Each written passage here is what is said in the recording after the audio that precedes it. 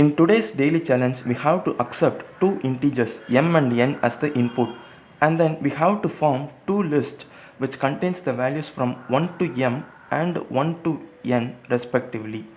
And then our task is to find the number of pairs which when added becomes a number divisible by 5, and we are also given a condition that an integer in the list cannot be used more than once to form a pair.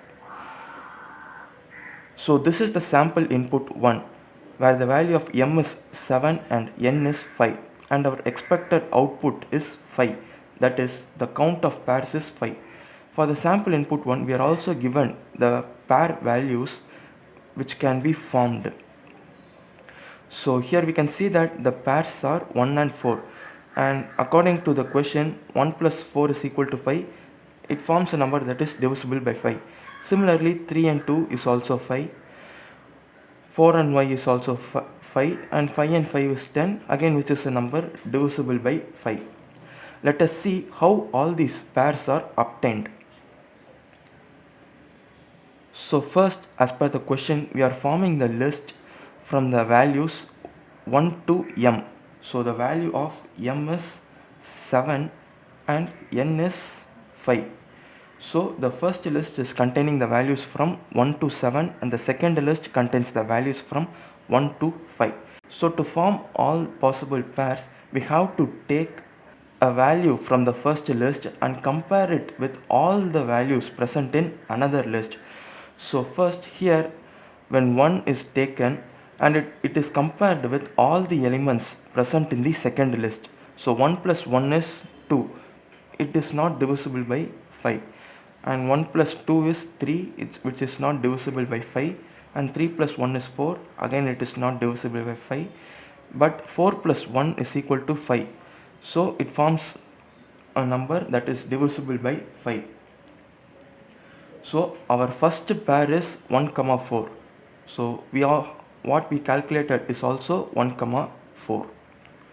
So I have highlighted it. And now before finding the next pair, we have to do a changes to the list, because we are given that an integer in the list cannot be used more than once to form a pair. So from the second list we have used 4 to form a pair, so we should not use it again. So the value is changed to -1. We need not make any changes to this one because we are already going to use this value only once. Now with this element 2, we are going to compare it with all the elements other than -1 which is present in this second list. So 2 must be compared with 1, 2, 3 and 5. It must not be compared with this -1. So let us do it. 2 comma 1. So 2 plus 1 is 3, which is not divisible by 5, and 2 plus 2 is 4, again it is not divisible by 5, and 2 plus 3 is 5, so it is divisible by 5. And now we have formed the second pair 2 comma 3. So now I have highlighted 2 comma 3. Now we have used 3 from the second list to form a pair, so we are going to change the value to -1. Now the value 3 is going to be compared with all the integers other than -1 which is present in this list. So 3 is compared with 1, 3 plus 1 is 4, it's not divisible by 5, and then 3 plus 2 is 5, so the condition satisfies. Here we have found the second list, and the value of 2 in the second list is updated to -1. Now we are going to check it with the next value. So 4 is going to be compared with all the elements other than -1. So 4 plus 1 is 5. So we have formed our next pair. And since we have used 1, we are just going to make the value -1. So now here till 4 we have completed. So now the only element that is present in the second list with which 5 can be compared is 5, because remaining all the elements have become -1. That is, all the remaining elements in the second list have been used to form a pair. Now 5 plus 5 is 10, and it is a number that is divisible by 5. So we have found this pair also. Now here the value is changed to -1. Now after 5 we are going to use the value 6. With 6 we have to compare all the elements other than -1 that is present in the list 2. But in the list 2 all the elements are -1.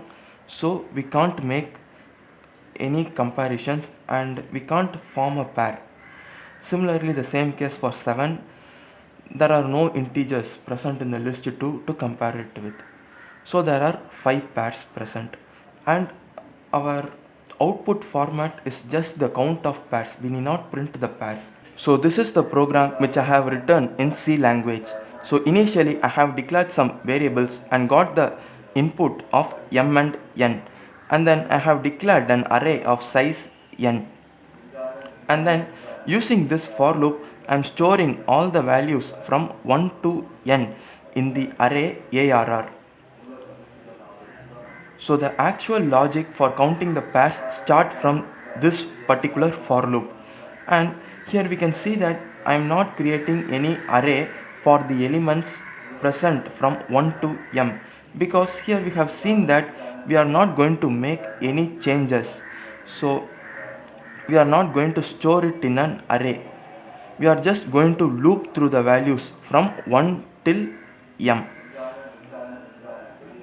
And here inside and in the second nested for loop, we can see that we are traveling through all the elements present in the array. As we have discussed, we should take one and then we should travel through all the elements present in the array.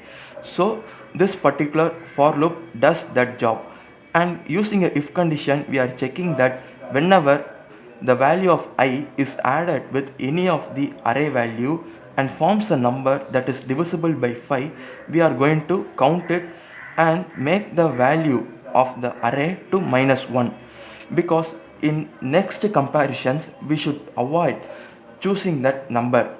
And here also we can see that we have included a condition inside the if statement stating the value of the array should not be equal to -1. So whenever this condition is satisfied, we are going to break out of this particular for loop and then find all the remaining pairs for the elements from 1 to m.